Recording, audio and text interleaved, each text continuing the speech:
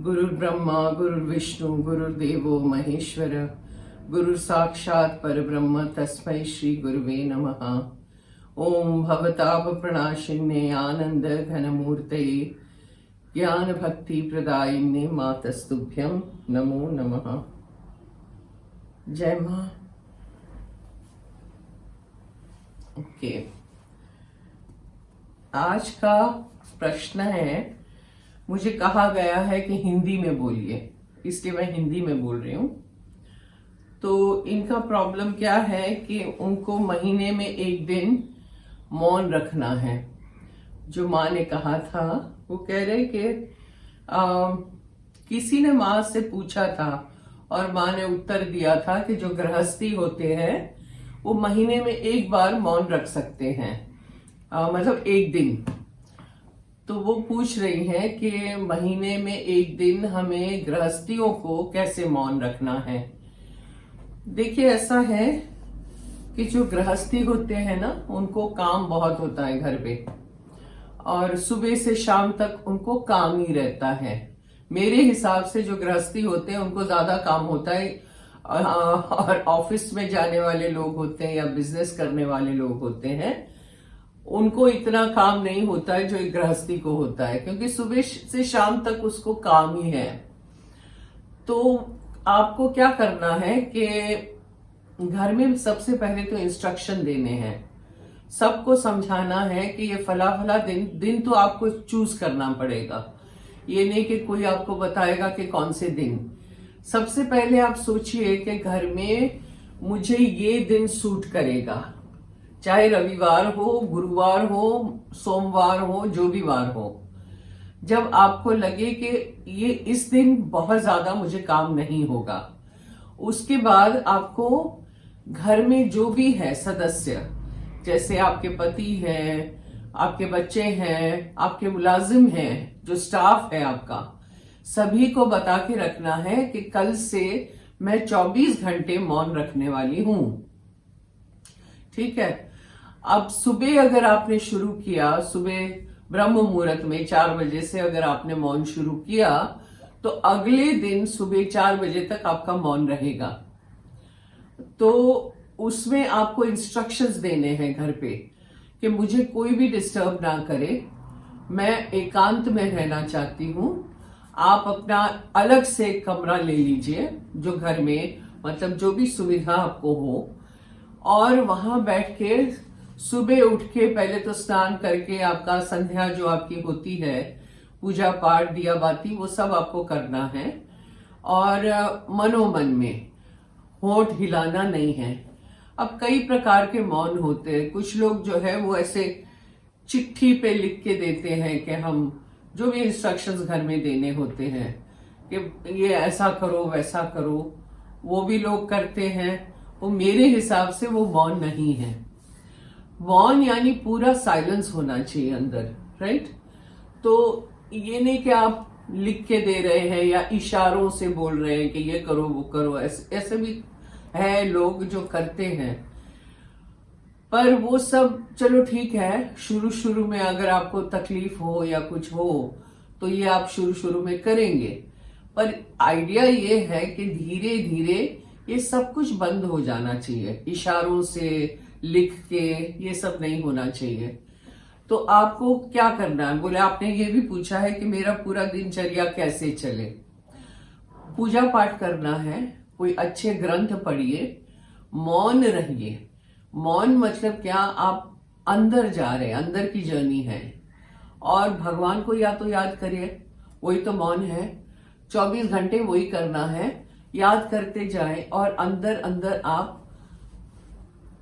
एकांत में रह के एक साइलेंस हो जाता है अंदर। 24 घंटे में आपको दूसरे दिन पता चलेगा, 24 घंटे के बाद, कि ये तो कुछ और ही फीलिंग आ जाती है, कुछ और ही आपको महसूस होने लगेगा कि बहुत अच्छा लगा मुझे। कई लोग डरते हैं कि भाई 24 घंटे हम कैसे मौन रखें, पर ऐसी कोई बात नहीं है, बहुत अच्छा लगता है। और दूसरे दिन आप बोलेंगे अरे मुझे तो ये बार बार करना है।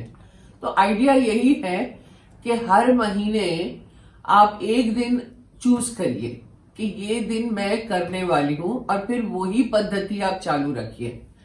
आज सोमवार 1 को सपोजिंग किया, 1 तारीख को कोई भी महीना शुरू करिए आप, फिर अगले महीने भी वही 1 तारीख को आपको करना है। और 24 घंटे में वही है कि जितना आप एकांत में रहोगे कोई आपको डिस्टर्ब ना करे। इसलिए क्या होता है कि जिम्मेदारी उनकी हो जाती है। जैसे कोई आया, घंटी बजी, टेलीफोन आया, ये हुआ वो हुआ, गृहस्थियों के लिए, तो उनको जिम्मेदारी आपकी लेनी पड़ेगी, तब जाके आप कर पाएंगे, वरना आप कैसे करेंगे। मुझे याद है मैं भी एक जमाने में हर गुरुवार को मैं मौन रखती थी, ऐसे ही 24 घंटे। तो उसमें क्या होता था, मुझे जिम्मेदारी देनी पड़ती थी अपने पिताजी को या मम्मी को या जो भी है।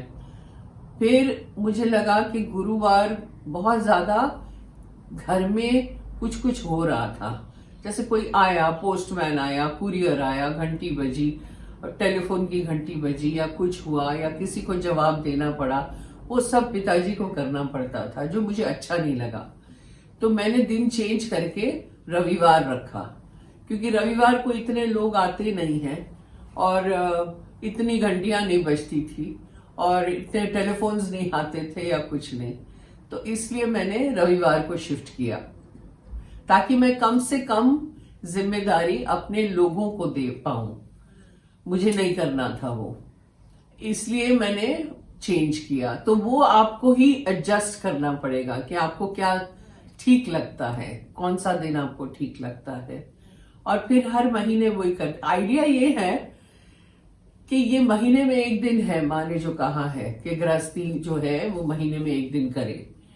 फिर आइडिया ये है कि वो 1 दिन से 2 दिन हो जाए, महीने में 3 दिन हो जाए, 4 दिन हो जाए। धीरे धीरे करते करते आप बढ़ते जाएंगे।